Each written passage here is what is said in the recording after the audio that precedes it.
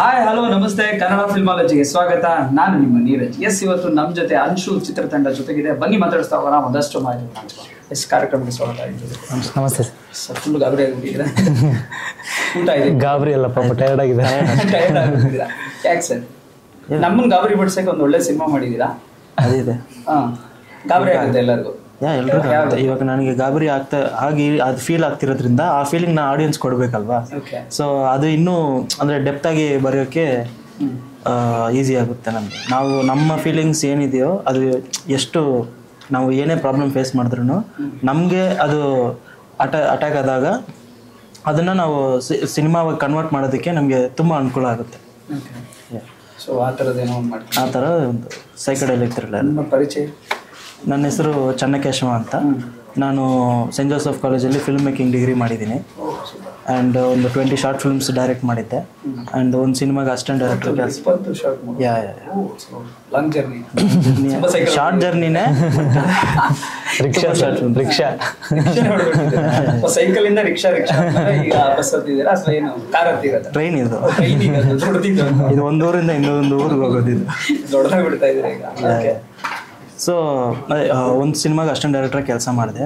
Then ಅದಾದಮೇಲೆ ಒಂದು independent cinema ಮಾಡಬೇಕು ಅಂತ ಅಂದ್ಕೊಂಡಿದ್ದು. ಆವಾಗ ಸ್ಟಾರ್ಟ್ ಮಾಡಿದ್ದೆ ಇದು ಸ್ಟೋರಿ. ಬರಿತಾ ನನ್ನ ಫ್ರೆಂಡ್ಸು ನನ್ನ ಸರ್ಕಲಲ್ಲಿರೋಲ್ಲ ಫಿಲ್ಮಲ್ಲಿ ಕಂಟೆಂಟ್ ಚೆನ್ನಾಗಿದೆ, ಇದರಲ್ಲಿ ಇನ್ನೂ ಸ್ವಲ್ಪ ಚೇಂಜಸ್ ಇನ್ನೂ ಸ್ವಲ್ಪ ಏನಾದರೂ ಆ್ಯಡ್ ಆನ್ಸ್ ಮಾಡಿದ್ರೆ ಇದನ್ನು ಫೀಚರ್ ಫಿಲ್ಮ್ ಲೆವೆಲ್ಗೆ ಖಂಡಿತ ತಗೊಂಡು ಹೋಗ್ಬೋದು ಅಂತ ಒಂದು ಡಿಸ್ಕಷನ್ ಆಗಿತ್ತು. ಆವಾಗ ಈ ಸ್ಟೋರಿನ ಸೊ ಒಂದು ಲೇಯರ್ 3 ಆ್ಯಕ್ಟ್ ಸ್ಟ್ರಕ್ಚರ್ ಅಂತ ಒಂದು ಮಾಡಿರ್ತೀವಿ. ಅದ್ರ ಮೇಲೆ ಇನ್ನೊಂದು ಲೇಯರ್ ಆ್ಯಡ್ ಮಾಡಿ ಎರಡನೇ 3 ಆ್ಯಕ್ಟ್ ಸ್ಟ್ರಕ್ಚರ್ ಮಾಡಿ ಇನ್ನೊಂದು ಕ್ಯಾರೆಕ್ಟರ್ನ ಇಂಟ್ರೊಡ್ಯೂಸ್ ಮಾಡಿ ಎರಡು ಸೈಮಲ್ಟೇನಿಯಸ್ ಆಗಿ ಒಂದು ರನ್ ಆಗುವಂಥ ಒಂದು ಸ್ಕ್ರೀನ್ ಪ್ಲೇನ ಡಿಸೈನ್ ಮಾಡಿತ್ತು. ಪ್ರತಿಯೊಂದು ಸೀನಲ್ಲೂ ಒಂದು ವಾಂಟು ಇಲ್ಲ ಒಂದು ಕ್ವೆಶನ್ನು ಇಲ್ಲ ಒಂದು ಇನ್ಫಾರ್ಮೇಷನ್ ಇದ್ದೇ ಇರುತ್ತೆ. ಬ್ರೀದಿಂಗ್ ಸೀನ್ಸು ತುಂಬ ಕಡಿಮೆ, ಇಲ್ಲವೇ ಇಲ್ಲ ಅಂತ ಹೇಳ್ಬೋದು. ಬ್ರೀದಿಂಗ್ ಸೀನ್ಸ್ ಅಂದರೆ ಬರೋದು ಕುತ್ಕೊಳ್ಳೋದು ನಡೆಯೋದು ಈ ಥರ ಎಲ್ಲ ಏನಿರಲ್ಲ. ಕಟ್ ಮಾಡಿದ್ರೆ ಡೈರೆಕ್ಟ್ ಒಂದು ಇಂಟೆನ್ಸ್ ಸೀನಲ್ಲಿ ಹೋಗ್ತಾ ಇರುತ್ತೆ. ಅದು ಬೇರೆ ನಮ್ಮ ಆಡಿಯನ್ಸ್ಗೆ ಇವಾಗ ರೀಲ್ಸ್ ನೋಡಿ 30 ಸೆಕೆಂಡ್ಸ್ಗೆ ಅಟೆನ್ಷನ್ ಸ್ಪ್ಯಾನ್ ಹೋಗ್ಬಿಟ್ಟಿದೆ. ಸೊ ಅಂಥ ಸಿಚುವೇಶನ್ಗೆ ಇದು ಒಂದು ಪರ್ಫೆಕ್ಟ್ ಸಿನಿಮಾ. ಸ್ಟಾರ್ಟಿಂಗಿಂದ ಎಂಡ್ವರೆಗೂ ಥ್ರಿಲ್ಲಿಂಗ್ ಆಗಿರುತ್ತೆ. ನಮ್ಮ ಡೈರೆಕ್ಟರ್ಗೆ ಏನು ಅಂದರೆ ಪ್ರತಿ ಸೀನಲ್ಲೂ ಏನಾದ್ರೂ ಕ್ಯೂರಿಯಾಸಿಟಿ ಇರಬೇಕು. ನೆಕ್ಸ್ಟ್ ಸೀನಿಗೆ ಹೋಗೋಕ್ಕೆ ಏನೋ ಒಂದು ಮೋಟಿವ್ ಇರಬೇಕು. ಅಂದರೆ ಏನೋ ತಿಳ್ಕೊಳ್ಳೋದು. ಸೊ ಅದು ತುಂಬ ವರ್ಕ್ ಮಾಡ್ತಾರೆ ಅದ್ರ ಮೇಲೆ. ಅಂದರೆ ಆ ಸೀನ್ ಒಂದು ಸೀನ್ ಎಂಡ್ ಆಗ್ತಿದೆ ಅಂದಾಗ ಏನೋ ಒಂದು ಕ್ಯೂರಿಯಾಸಿಟಿಯಿಂದನೇ ಎಂಡ್ ಆಗಬೇಕು. ಸುಮ್ಮನೆ ಏನೋ ಎಲ್ಲೋ ಅಬ್ರಾಡ್ ಕಟ್ ಆಯ್ತು ಅಲ್ಲಿ ಹೋಗ್ತೀವಿ ಅನ್ನೋ ಥರ ಇರಬಾರ್ದು ಅನ್ನೋದು ಇವರು ತುಂಬ ಫೋಕಸ್ ಮಾಡ್ತಾರೆ. ಸೊ ಇವರು ರೈಟಿಂಗ್ ಡೈಲಾಗ್ಸ್ ಇನ್ನೇನು ರೈಟ್ ಮಾಡಲಿ ಸರ್, ಇನ್ನೇನು ನ್ಯೂಸ್ ಬರಿಲ್ಲ. ಡೈಲಾಗ್ಸ್ ಅದೇ ಅದು ನಂದು ಡೈಲಾಗ್ ಅಲ್ಲ. ಆಬ್ವಿಯಸ್ಲಿ ಎಲ್ಲರೂ ಬೈಬೇಕಂತ ಇರ್ತಾರೆ. ಎಷ್ಟೊಂದು ಜನ ಹೌಸ್ ವೈಫ್ಗಳು ಬೈಬೇಕಂತ ಇರ್ತಾರೆ, ಬೈಯಕ್ ಆಗಿರಲ್ಲ. ಸಿನಿಮಾ ಮುಖಾಂತರ ಬೈಸಿದೀವಿ. ಸರ್ ನಾನು ಮಹೇಂದ್ರ ಗೌಡ ಅಂತ. ನಾನು ಮುಂಚೆ ಆಕ್ಚುಲಾಗಿ ನಾನು ಕ್ರಿಕೆಟರ್ ಆಗಿದ್ದು. ಸೊ ಅನ್ಎಕ್ಸ್ಪೆಕ್ಟೆಡ್ಲಿ ಇಲ್ಲ ಸರ್, ಇವಾಗ ಅದು ಕ್ವಾಲಿಫಿಕೇಶನ್ ಆಗ್ಬಿಟ್ಟಿದೆ. ಅದು ಒಂದು ಎಕ್ಸ್ಟ್ರಾ ಸಬ್ಜೆಕ್ಟ್ ಇಟ್ಟಿದ್ದಾರೆ ಫಿಲ್ಮ್ ಗೊತ್ತಿಲ್ಲ ಇಂಜಿನಿಯರಿಂಗ್ ಅಲ್ಲಿ. ಸೊ ಆ ಕಡೆಯಿಂದ ನಾನು ಈ ಕಡೆ ಬಂದಿದ್ದು. ಅಂದ್ರೆ ಫಸ್ಟ್ ಒಂದು ಯಾವುದೊಂದು ನೋ ಸ್ಮೋಕಿಂಗ್ ಅಂತ ಒಂದು ಸಾಂಗ್ ಬರೆದೆ, ಇದು ಆಲ್ಬಮ್. ಅದಾದ್ಮೇಲೆ ಒಂದು ಕಾರ್ಪೊರೇಟ್ ಲೈಫ್ ಬಗ್ಗೆನೇ ಒಂದು ಸಾಂಗ್ ಬರೆದೆ. ಅದಾದ್ಮೇಲೆ ಸೀಸ್ ಕಡ್ಡಿ ಅಂತ ಒಂದು ಸಿನಿಮಾ ಮಾಡಿದ್ವಿ. ರತನ್ ಗಂಗಾಧರ್ ಡೈರೆಕ್ಟರ್. ಇವರು ಅಲ್ಲಿ ಅಸಿಸ್ಟೆಂಟ್, ಅಲ್ಲೇ ಪರಿಚಯ ಆಗಿದ್ರು ನನಗೆ. ಇವ್ರು ಅಸಿಸ್ಟೆಂಟಾಗಿ ಕೆಲಸ ಮಾಡ್ತಾ ಇದ್ರು ಅಲ್ಲಿ. ಸೊ ಅಲ್ಲಿ ಡೈಲಾಗ್ಸ್ ಬರೆದು ಸಾಂಗ್ಸ್ ಬರೆದು ನಾನು ಆ್ಯಕ್ಟಿವ್ ಮಾಡಿದ್ದೀನಿ ಆ ಸಿನಿಮಾದಲ್ಲಿ. ಸೊ ಆ ಸಿನಿಮಾದಿಂದ ಎಲ್ಲರ ಬಾಂಡಿಂಗು ಆಮೇಲೆ ಎಲ್ಲರ ವೇವ್ ಲೆಂತು ಇದೆಲ್ಲ ಇದಾಗಿ ಇವ್ರದ್ದು ಆ ಟೈಮಲ್ಲಿ ಇವರು ಈ ಸ್ಕ್ರಿಪ್ಟ್ ಬಗ್ಗೆ ಹೇಳ್ತಾ ಇದ್ರು. ಸೊ ಅದನ್ನು ಆ ಸ್ಕ್ರಿಪ್ಟ್ ಜೊತೆ ಟ್ರಾವೆಲ್ ಮಾಡ್ತಾ ಇನ್ನು ಅವ್ರಿಗೆ ಗೊತ್ತು ನಾನು ಬರೀತೀನಿ ಅಂತ ಗೊತ್ತು. ಸೊ ಅವ್ರು ನನಗೆ ಅವಕಾಶ ಕೊಟ್ಟರು. ಅವ್ರಿಗೆ ಏನು ಬೇಕೋ ಅವ್ರಿಗೆ ಏನು ಇಷ್ಟ ಆಗುತ್ತೆ ಅಂತ ನಮಗೂ ಗೊತ್ತು. ಸೊ ಅದನ್ನು ಹಂಗೆ ಬರೀತಾ ಹೋಗಿ ಒಂದೊಂದು ಇವತ್ತು ಇಲ್ಲಿ ಪೋಸ್ಟ್ ಮುಂದೆ ಕುಂತು ಇಂಟರ್ವ್ಯೂ ಮಾಡ್ತಾ ಇದ್ದೀವಿ. ಅಲ್ಲಿವರೆಗೆ ಬಂದೆ, ಹಾಸ್ಪಿಟಲ್ ಆಗಿರ್ತಾರೆ, ಇಲ್ಲಿಗೆ ಬಂದಿದ್ದೀವಿ. ಇಲ್ಲ ರೈಲ್ ಹತ್ತಿದ್ದೀವಿ. ನೀವ್ ಹೇಳ್ಬೇಕು, ಇವಾಗ ಸಾಂಗ್ಗಳು ರಿಲೀಸ್ ಆಗಿದೆ, ನೀವ್ ಹೇಳ್ಬೇಕು. ಇವಾಗ ಏನಂದ್ರೆ ಒಂದು ಸಿಂಗಲ್ ಇಂಜಿನ್ ಅಲ್ಲಿ ಓಡ್ತಾ ಇದೀವಿ. ಇನ್ನೇನು ಡಬಲ್ ಇಂಜಿನ್ಗಳು ಅವು ಇವು ಬಂದ್ರೆ ಸ್ವಲ್ಪ ಸ್ಪೀಡ್ ಆಗಿ ಓಡ್ತೀವಿ ಅಷ್ಟೇ. ಪ್ರೊಡಕ್ಷನ್ ಜಾಸ್ತಿ ಆಗ್ಬೇಕು. ನೆಕ್ಸ್ಟ್ ಫ್ಲೈಟ್ ಹತ್ತೋದಿದೆ. ಸಪರೇಟ್ ಜೆಟ್ ಆಮೇಲೆ. ಓಕೆ ಹೇಳಿ, ಅಂಶು ಏನಿದು? ಅಂಶು ಅಂದ್ರೆ ray of light. Anshu correct ಆಗಿ ಹೇಳಿದ್ದೀನಿ. Anshu. So ray of light ಇಲ್ಲ ರೇ ಆಫ್ ಹೋಪ್ ಅಂತಾನು ಅನ್ಬೋದು. Ray of light, ray of hope. Okay. So ಅದಕ್ಕೆ ಕನ್ನಡ ನೋಡಿ ಪಕ್ಕದಲ್ಲೇ ಟ್ರಾನ್ಸ್ಲೇಟ್. ಆದರೆ ಇವಾಗ ನಾವು ಅಂಧಕಾರದಿಂದ ಬೆಳಕಿನೆಡೆಗೆ ಅಂತ ಹೇಳ್ತೀವಿ, ಕತ್ತಲಿಂದ ಬೆಳಕಿನ ಕಡೆ ಹೋಗೋದು ಅಂತ ಹೇಳ್ತೀವಲ್ಲ. ಸೊ ಅಂದ್ರೆ ಒಂದು ಡಾರ್ಕಲ್ಲಿ ಇರೋ ಲೈಫು ಲೈಟ್ ಕಡೆ ಹೆಂಗ್ ಹೋಗುತ್ತೆ ಈ ಥ್ರೂ ಔಟ್ ದ ಸಿನಿಮಾ ಅದನ್ನ ತೋರಿಸ್ಬಿಟ್ಟು ಲಾಸ್ಟಲ್ಲಿ ಕ್ಲೈಮ್ಯಾಕ್ಸ್ ಬರೋ ಹೊತ್ತಿಗೆ ಅದು ಏನು ರೇ ಆಫ್ ಹೋಪ್ ಅನ್ನೋದನ್ನ ನಾವು ಥಿಯೇಟ್ರಲ್ಲಿ ನೋಡ್ಬೇಕು. ಸೊ ಅದು ಎಲ್ಲರ ಲೈಫಲ್ಲೂ ಆಗುವಂಥದ್ದು. ಕೆಲವ್ರು ರೆಕ್ಟಿಫೈ ಮಾಡ್ಕೊಂತಾರೆ, ಕೆಲವ್ರು ಮಾಡ್ಕೊಳ್ಳಲ್ಲ ಅಷ್ಟೇ. ಅಂದ್ರೆ ನಾವೇ ಹುಡ್ಕೊಬೇಕಾ?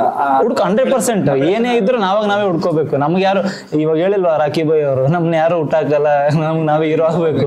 ಹಂಗೆ ನಮ್ಮ ಇದನ್ನ ನಾವೇ ಹುಡ್ಕೋಬೇಕು ಆಬ್ವಿಯಸ್ಲಿ.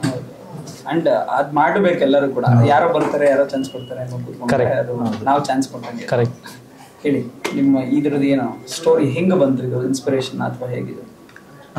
ಇನ್ಸ್ಪಿರೇಷನ್ ಅನ್ನೋದಕ್ಕಿಂತ ನನಗೆ ಸೈಕಲಾಜಿಕಲ್ ಥ್ರಿಲ್ಲರ್ಸ್ ಅಂದರೆ ತುಂಬ ಇಷ್ಟ.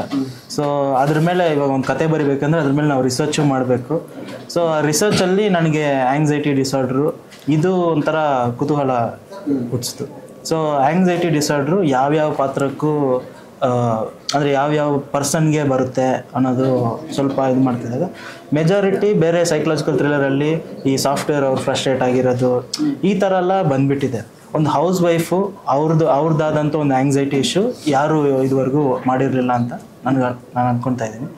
ಸೊ ಅದನ್ನು ನಾನು ಹೇಳಬೇಕು ಅಂತ ಡಿಸೈಡ್ ಆಗಿ ಒಂದು ಆರ್ಡಿನರಿ ಹೌಸ್ ವೈಫ್ ಕ್ಯಾರೆಕ್ಟರ್, ಒಂದು extraordinary situation which is girl is kidnap, ಇವಳು ಹೋಗಿ ಸೇವ್ ಮಾಡಬೇಕು, ಇವಳು ಮನೇಲಿರೋ ಇಶ್ಯೂಸ್ನು ಫೈಟ್ ಮಾಡಬೇಕು, ಆಚೆ ಬಂದು ಈ ಹುಡುಗಿನೂ ಸೇವ್ ಮಾಡಬೇಕು. ಸೊ ಇದು story.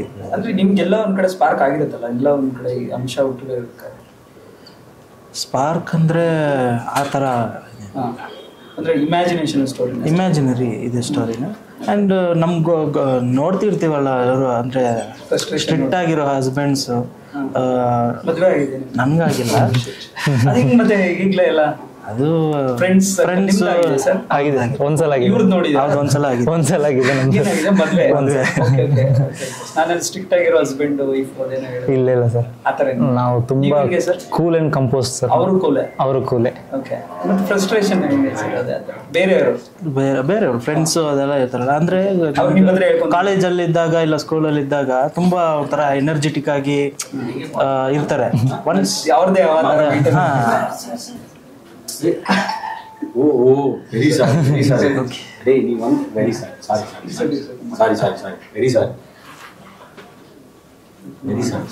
Continue.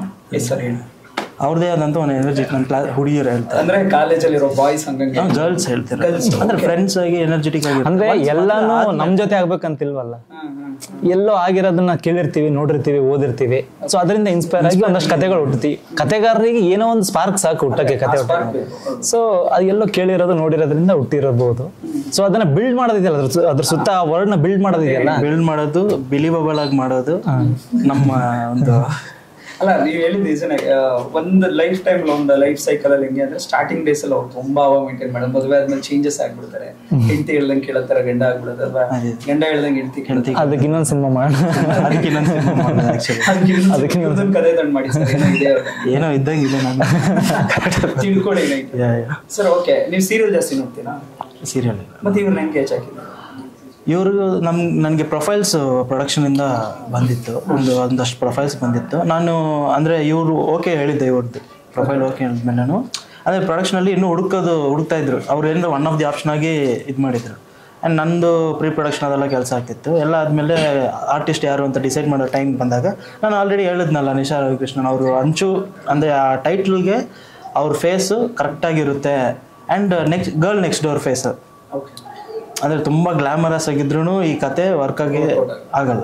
So girl next door face plus ಅವ್ರದ್ದೇ ಆದಂಥ ಒಂದು ಮಾರ್ಕೆಟ್, ಅವ್ರದ್ದೇ ಆದಂಥ ಒಂದು ಹಾವ ಇದೆ. ಸೊ ಗೊತ್ತಿತ್ತು ನಿಮಗೆ ಸೀರಿಯಲ್ಸ್ ಮಾಡ್ತಿರೋದು? ನನಗೆ ಡಿಸ್ಕಷನಲ್ಲಿ ನಾನು ಓಕೆ ಹೇಳಿದ್ಮೇಲೆ ಅವರು ಅಂದರೆ ಅವರು ಕಾಂಟ್ಯಾಕ್ಟ್ ಮಾಡೋದಾಗಲಿ, ಅವ್ರ ಬಗ್ಗೆ ನಾನು ಸ್ವಲ್ಪ ತಿಳ್ಕೊಳ್ಬೇಕಲ್ಲ, ಏನೇನು ಮಾಡಿದ್ದಾರೆ, ಹೆಂಗಿದೆ ಅವ್ರದ್ದು ಪರ್ಫಾರ್ಮೆನ್ಸ್. ಹಂಗೆ ನೋಡ್ತಿದ್ದಾಗ I got to know that like she has like a massive fan following. ಅದಕ್ಕೆ ಆ್ಯಡ್ ಮಾಡ್ಬೇಕಂದ್ರೆ ಇವಾಗ ಏನಾದರೂ ಪಾಸಿಟಿವ್ ಆಗಿ ಯೋಚನೆ ಮಾಡ್ತಾ ಇರ್ತೀವಿ, ಒಳ್ಳೆ ಇದರಲ್ಲಿ ಇರ್ತೀವಿ ಅಂದಾಗ ಎಲ್ಲಾನು ಅನುಕೂಲವಾಗಿ ಆಗುತ್ತೆ. ಸೊ ಈ ಕ್ಯಾರೆಕ್ಟರ್ಗೆ ಪರ್ಟಿಕ್ಯುಲರ್ ಆಗಿ ತುಂಬ ಪರ್ಫಾರ್ಮ್ ಮಾಡೋರು ಬೇಕಾಗಿತ್ತು. ಸೊ ಅದು ಹಂಗೆ ಆಗೋಯ್ತು ಅಷ್ಟೇ. ಅಂದರೆ ಅಂದ್ರೆ ನಮ್ಮ ಲೈಫೇ ಸೀರಿಯಲ್ ಅಲ್ವಾ, ಮತ್ತೆ ಯಾಕೆ ಸೀರಿಯಲ್ ನೋಡೋದು ಅಂತ. ಏನಿದೆ ಸರ್, ಸ್ಟಫ್ ಇದೆ, ತೆಗಿಬೇಕು ಆಚೆ ಈಗ ಅಲ್ವಾ ಸರ್? ಮೆಟೀರಿಯಲ್ ಇದೆ ಅವ್ರ ಹತ್ರ, ಮೆಟೀರಿಯಲ್ ಇದೆ, ಅದಕ್ಕೆ ಫಿಲ್ಮ್ ಮೆಟೀರಿಯಲ್ ಇದೆ ಜಾಸ್ತಿ. ಹೇಳಿ ಸರ್, ಯಾವ್ದಾನ ಡೈಲಾಗ್ ಹೇಳಿ. ಡೈಲಾಗ್ ನಾವು ಬರೆಯೋರು ಹೇಳಿದ್ರೆ ಚೆನ್ನಾಗಿರಲ್ಲ ಅಲ್ಲ. ಇದರಲ್ಲೇ ಟ್ರೈಲರಲ್ಲೇ ಇದೆಯಲ್ಲ, ಕೆಲವೊಂದ್ಸಲಿ ನಾವು ನಂಬೋದನ್ನೇ ನಿಜ ಅನ್ಕೊಂತೀವಿ, ಸಹಿಸಕ್ ಆಗದೆ ಇರೋದನ್ನ ಸುಳ್ಳು ಅನ್ಕೊಂತೀವಿ. ಅಂದ್ರೆ ನನಗೆ ಸಹಿಸಕ್ ಆಗಲ್ಲ ಇದು, ಅವ್ರು ಏನಾದ್ರು ಹೇಳ್ತಾರೆ ಅಕ್ಸೆಪ್ಟ್ ಮಾಡ್ಕೊಳಕ್ ಆಗದೆ ಇರೋ ಸುಳ್ಳು ಅನ್ಕೊಂಡ್ಬಿಡ್ತೀವಿ ನಾವು. ಅದು ನಿಜ ಅನ್ಕೊಳಲ್ಲ, ಅವನು ಏನೋ ಹೇಳ್ತಿದ್ದಾನೆ ಅನ್ನೋ ಥರ ಅನ್ಕೊಂತೀವಿ. ಸೊ ಕೆಲವೊಂದ್ಸಲ ನಾವು ನಂಬಿರೋ ನಿಜ ಸುಳ್ಳು ಅಂತ ಗೊತ್ತಾದಾಗ ನಾವು ಏನು ರಿಯಾಕ್ಟ್ ಮಾಡ್ತೀವಿ, ನಾವು ಹೆಂಗಿರ್ತೀವಿ ಅನ್ನೋದೇ ಈ ಸಿನಿಮಾ. ಸೊ ಅದನ್ನ ಟ್ರೈಲರಲ್ಲಿ ಅಷ್ಟು ಕನ್ಕ್ಲೂಡ್ ಮಾಡಿದ್ದೀವಿ. ಸೊ ಈಗ ಈ ಡೈಲಾಗ್ಸ್ ಅಂತ ಈ ತರ ಪರ್ಟಿಕ್ಯುಲರ್ ಇದಕ್ಕೆ ಬರಬೇಕಾದ್ರೆ ಸೂಕ್ಷ್ಮ ವಿಚಾರಗಳು, ಹೌದು, ಅಂದ್ರೆ ಕನೆಕ್ಟ್ ಆಗ್ಬೇಕು. ಆಮೇಲೆ ಆಲ್ಮೋಸ್ಟ್ ಇದು ಹೀರೋಯಿನ್ ಓರಿಯೆಂಟೆಡ್, ಹೀರೋ ಅಂತ ಸಮಥಿಂಗ್, ಅವರೇ ಹೀರೋಯಿನ್. ಓಕೆ, ಕಂಪ್ಲೀಟ್ ಅವ್ರ ಮೇಲೆ. ಸೊ ಇದಕ್ಕೆ ನಿಮ್ ಪರ್ಟಿಕ್ಯುಲರ್ ವರ್ಕ್ ಮಾಡಬೇಕಾಗಿರೋದು ಕೆಲಸ ಇರುತ್ತೆ, ಯಾಕಂದ್ರೆ ಅವ್ರ ಮೇಲೆ ಕ್ಯಾರಿ ಮಾಡ್ಬೇಕು ಒಂದು ಕ್ಯಾರೆಕ್ಟರ್. ಸೊ ಇಲ್ಲಿ ಏನಂದ್ರೆ ಸರ್, ಬರೆಯೋ ಟೈಮಲ್ಲಿ ನಮಗೆ ಹೆಚ್ಚು ಬರೆಯಂಗಿಲ್ಲ, ಕಡಿಮೆನೂ ಬರೆಯಂಗಿಲ್ಲ. ಅದು ಏನ್ ಬೇಕು ಅಷ್ಟೇ ಬರೀಬೇಕಾಗುತ್ತೆ. ಅಂದ್ರೆ ತೀರಾ ನಾವು ಮಾಸಿ ಡೈಲಾಗ್ಸ್ ಬರೆಯಕ್ಕಾಗಲ್ಲ, ತೀರಾ ನಾವು ಅಂದ್ರೆ ಒಂದು ಚಿಕ್ಕ ಇದ್ರ ಫಾರ್ಮೆಟ್ ಅಲ್ಲೂ ಬರೆಯಕ್ಕಾಗಲ್ಲ. ಮಧ್ಯದಲ್ಲಿ ಒಂದು ಮೀಟರ್ ಇರಬೇಕು ಡೈಲಾಗ್ಸ್ಗೆ ಅಂತ, ಒಂದು ಒನ್ ಲೈನರ್ಸ್ ಒಂದು 70-80 ಸ್ಪೀಡಲ್ಲಿ ಹೋಗ್ತಾ ಇರಬೇಕು. ಅವಾಗ ಹಂಸ್ ಬಂದಾಗ ಒಂದು ಜರ್ಕೊಂಡು ಒಂದು ಪಂಚ್ ಬರ್ಬೇಕಾಚೆ, ಆ ತರದ್ದು. ಅಂದ್ರೆ ಬಟ್ ಈ ತರ ಸಿನಿಮಾಗಳು ಮಾಡ್ಬೇಕಾದ್ರೆ ನೀವು ರಿಸರ್ಚ್ ಅಂತೂ ಮಾಡ್ಬೇಕಲ್ಲ? ಡೆಫಿನೆಟ್ಲಿ 100%. ಯಾವ ತರ ಏನಾದ್ರು ಆ ತರ ಏನಾದ್ರು ಪ್ಲಾನಿಂಗ್ಸ್ ಮಾಡಿ? ಅಂದರೆ ಇವಾಗ ಸೈಕಾಲಜಿ ಮೇಲೆ ಸ್ವಲ್ಪ ರಿಸರ್ಚ್ ಮಾಡಬೇಕಾಗಿತ್ತು ಇದರಲ್ಲಿ. ಅಂದರೆ ಆ ಮೂಮೆಂಟ್ಗೆ ಅವ್ರು ಹೆಂಗೆ ರಿಯಾಕ್ಟ್ ಆಗ್ತಾರೆ, ಬಾಡಿಯಲ್ಲಿ ಏನು ಚೇಂಜಸ್ ಆಗುತ್ತೆ, ಬ್ರೈನಲ್ಲಿ ಯಾವ ಥರ ಕೆಮಿಕಲ್ಸ್ ರಿಲೀಸ್ ಆಗುತ್ತೆ. ಅಂದರೆ ಡಿಪ್ರೆಸ್ ಆದಾಗ ಕಾರ್ಟಿಸಾಲ್, ಸೆರೆಟೋನ್ ಅನ್ನೋ ಕೆಮಿಕಲ್ಸ್ ಎಲ್ಲ ರಿಲೀಸ್ ಆಗುತ್ತೆ. ನಾವು ವಾಕ್ ಮಾಡಿದಾಗ ಡೋಪಮೈನ್ ಅನ್ನೋದು ರಿಲೀಸ್ ಆಗುತ್ತೆ, ಅಂದರೆ ಹ್ಯಾಪಿನೆಸ್ ಕೊಡೋದು.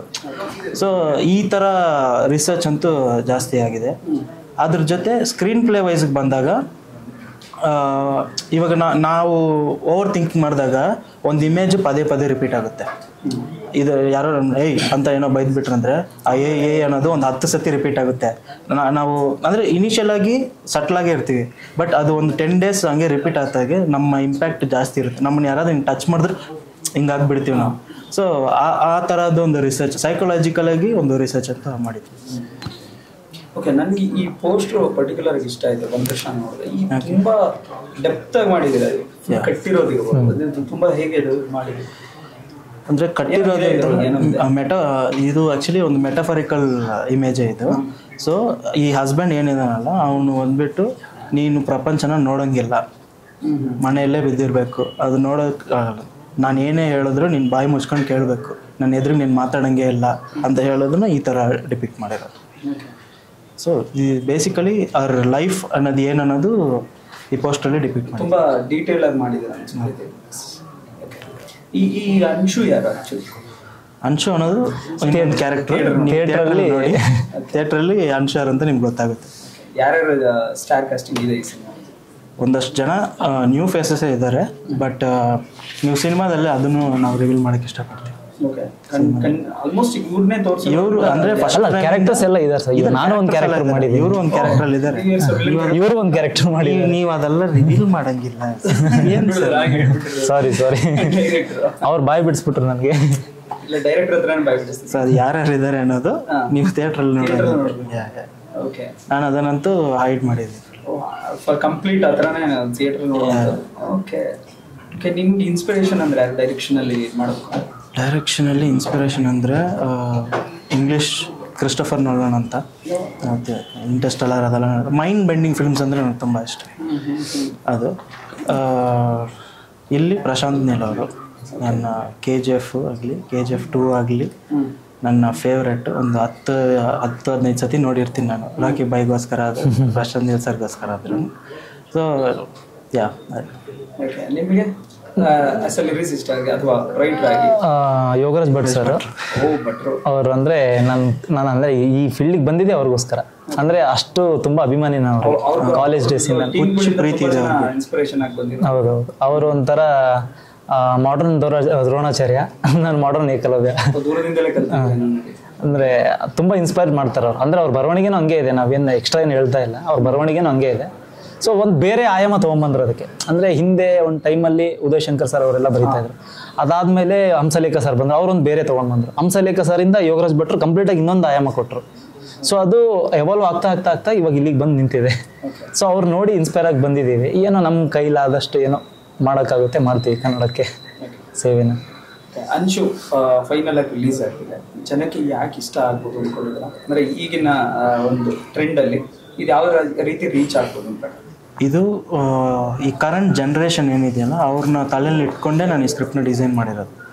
ಅವ್ರಿಗೆ ಅಟೆನ್ಷನ್ ಸ್ಪ್ಯಾನ್ ಅನ್ನೋದು ತುಂಬ ಕಡಿಮೆ ಆಗಿಬಿಟ್ಟಿದೆ. ಅಟೆನ್ಷನ್ ಸ್ಪ್ಯಾನ್ನ ಮೀಟ್ ಮಾಡೋ ರೇಂಜ್ಗೆ ನಮ್ಮ ಫಿಲ್ಮ್ ಸ್ಕ್ರೀನ್ ಪ್ಲೇ ಫಾಸ್ಟ್ ಆಗಿರುತ್ತೆ. ತುಂಬ ಫಾಸ್ಟ್ ಆಗಿರಲ್ಲ, ತುಂಬ ಸ್ಲೋ ಆಗಿರಲ್ಲ. ಎಲ್ಲೆಲ್ಲಿ ಫಾಸ್ಟ್ ಆಗಬೇಕೋ ಅಲ್ಲಿ ಫಾಸ್ಟ್ ಆಗ್ತಾ ಇರುತ್ತೆ. ಬಟ್ ಎಲ್ಲೂ ಬಂದುಬಿಟ್ಟು ಅದೇ ವೇಸ್ಟೇಜ್ ಸೀನ್ಸ್ ಇಲ್ಲಾಂದರೆ ಬ್ರೀದಿಂಗ್ ಸೀನ್ಸ್ ಅನ್ನೋದು ಇಲ್ಲವೇ ಇಲ್ಲ. ಪ್ರತಿಯೊಂದು ಸೀನು ಇಂಪ್ಯಾಕ್ಟ್ ಕೊಡುತ್ತೆ, ಇಂಟ್ರೆಸ್ಟಿಂಗ್ ಆಗಿ ಕೂರಿಸುತ್ತೆ. ಆಮೇಲೆ ಈ OTTಗಳು ಬಂದಾಗಿಂದ ಜನ ಯಾವುದೇ ಇದು ನೋಡಲಿ ಕಂಟೆಂಟ್ ಇರೋದೇ ಬೇಕು ಅಂತಾರೆ. ಸೊ ಆ ಕಂಟೆಂಟ್ ಇಂಟೆನ್ಸ್ ಇದೆ.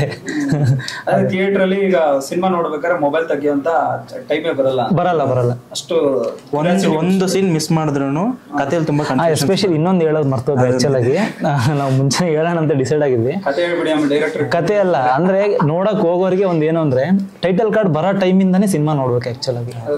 ಯಾಕೆ ಅಂದ್ರೆ ಟೈಟಲ್ ಕಾರ್ಡ್ ಬರೋ ಟೈಮಲ್ಲಿ ಒಂದಷ್ಟು ಮಾತುಗಳಿದೆ. ಸೊ ಅದು ನೋಡಿದಾಗಲೇ ನಿಮ್ಗೆ ಸಿನಿಮಾ ಕೆಲವೊಂದು ಕನ್ಫ್ಯೂಷನ್ ಇರುತ್ತೆ, ಅದು ಕ್ಲಿಯರ್ ಆಗುತ್ತೆ. ಸೊ ಎಲ್ಲರಿಗೂ ಟೈಟಲ್ ಕಾರ್ಡ್ ಇಂದಾನೆ ಸಿನಿಮಾ ನೋಡಿ ಅಂತ ತಮ್ಮ ಮೂಲಕ ಹೇಳ್ಕೊತಾ ಇದ್ದೀವಿ. ಸೊ ಫೈನಲ್ ರಿಲೀಸ್ ಆಗ್ತಿದೆ ನಿಮ್ಮ ಸಿನಿಮಾ. ಥಿಯೇಟ್ರಿಗೆ ಯಾವಾಗ ಬರ್ತೀರಾ ಅಂತ ಹಂಗೆ ಹೇಳ್ಬಿಟ್ಟು ಕಂಪ್ಲೀಟ್ ಮಾಡಿ. ಯಾವಾಗ ಬರ್ತಾ ಇದ್ದೀರಾ ಥಿಯೇಟ್ರಿಗೆ, ಎಲ್ಲಿ ರಿಲೀಸು ಅದೆಲ್ಲ ಹೇಳ್ಬೋದಾ? ಎಲ್ಲಿ ರಿಲೀಸ್ ಅನ್ನೋದು ಇನ್ನೂ ಒಂದು ಲಿಸ್ಟ್ ಅನ್ನೋದು ಬಂದರೆ ಅದಕ್ಕಂತ ಒಂದು ಸಪ್ರೇಟ್ ಪೋಸ್ಟರ್ಸ್ ಅಂತ ಡಿಸೈನ್ ಮಾಡ್ತೀವಿ. 21 ನವಂಬರ್ ಅಂಚು ಸಿನಿಮಾ ಥಿಯೇಟ್ರಲ್ಲಿ ಬರ್ತಿದೆ. ಫ್ಯಾಮ್ಲಿ ಜೊತೆ ಜಾಲಿಯಾಗಿ ಹೋಗಿ ಕೂತ್ಕೊಂಡು ನಮ್ಮ ಸಿನಿಮಾನ ನೀವು ಎಂಜಾಯ್ ಮಾಡ್ಬೋದು. ನೀವು ಡೆಫಿನೆಟ್ ಆಗಿ ನಿಮಗೆ ದುಡ್ಡಿಗೆ ಮೋಸ ಆಗಲ್ಲ. 100% ನೀವು ಫ್ಯಾಮಿಲಿ ಸಮೇತ ಬಂದು ಸಿನಿಮಾ ನೋಡ್ಬೋದು. ಹೋಗೋ ಟೈಮಲ್ಲಿ ಏನೋ ಒಂದು ನೀವು ತಗೊಂಡೇ ಹೋಗ್ತೀರಾ ಸಿನಿಮಾದಿಂದ, ಅಷ್ಟು ಮಾತ್ರ ಗ್ಯಾರಂಟಿ ಕೊಡ್ಬೋದು. ಈ 10 ನಿಮಿಷ ಲೇಟಾಗಿ ಬರೋದೆಲ್ಲ ಮಾಡಬೇಡಿ. ಅದೇ ಆಕ್ಚುಲ್ ಆಗಿ 10 ನಿಮಿಷ ಲೇಟಾಗಿ ಬರೋದಕ್ಕಿಂತಲೂ ಆ ಟೈಟಲ್ ಕಾರ್ಡ್ ಬರೋ ಟೈಮಲ್ಲಿ ಏನು ಮಾತುಗಳಿದೆ ಅದನ್ನ ಮಿಸ್ ಮಾಡಲೇಬೇಡಿ, ಅದು ತುಂಬಾ ಇಂಪಾರ್ಟೆಂಟ್. ಪ್ರತಿಯೊಂದಕ್ಕೂ ಕನೆಕ್ಷನ್ ಇದೆ. ಹೌದೌದು. ಅಂಶು ಏನು ಅಂತ ಗೊತ್ತಾಗಬೇಕು ಅಂದ್ರೆ ನೀವು ಕೂಡ ಥಿಯೇಟರ್ಗೆ ನವೆಂಬರ್ 21 ಹೋಗಿ ನೋಡ್ಬೇಕು. ಸೊ ಎಲ್ಲರೂ ಕೂಡ ಹೋಗಿ ಥಿಯೇಟರ್ ನೋಡ್ತೀರಾ ಅಂತ ನಾನು. ಥಿಯೇಟರ್ ದೂರ ಇದೆ ಅಂತ ಮಿಸ್ ಮಾಡಕ್ ಹೋಗ್ಬೇಡಿ. ಹೆಂಗೋ ಒಂದು ನಮಗೋಸ್ಕರ ಕಷ್ಟಪಟ್ಟು ಹೋಗಿ. ನಮಗೋಸ್ಕರ, ಕನ್ನಡ ಚಿತ್ರರಂಗಕ್ಕೋಸ್ಕರ, ಕನ್ನಡ ಚಿತ್ರರಂಗ ಬೆಳೀಲಿ ಕೂಡ ಅದೇ ರೀತಿ. ಅಂಶು ಇದೇ ರೀತಿಯಾಗಿ ಅದ್ಭುತವಾದ ಯಶಸ್ಸು ಕಾಣಲಿ. ನೀವೇನು ಎಕ್ಸ್ಪೆಕ್ಟೇಷನ್ ಇಕ್ಕಿದ್ರೆ ಅದೇ ರೀತಿಯಾಗಿ ಒಂದು ಅದ್ಭುತ ಪ್ರದರ್ಶನ ಕಾಣಲಿ ಅಂತ ನಾವು ಕೂಡ ಬಯಸ್ತೀವಿ. Thank you so much. Thank you sir. Thank you sir. Thank you.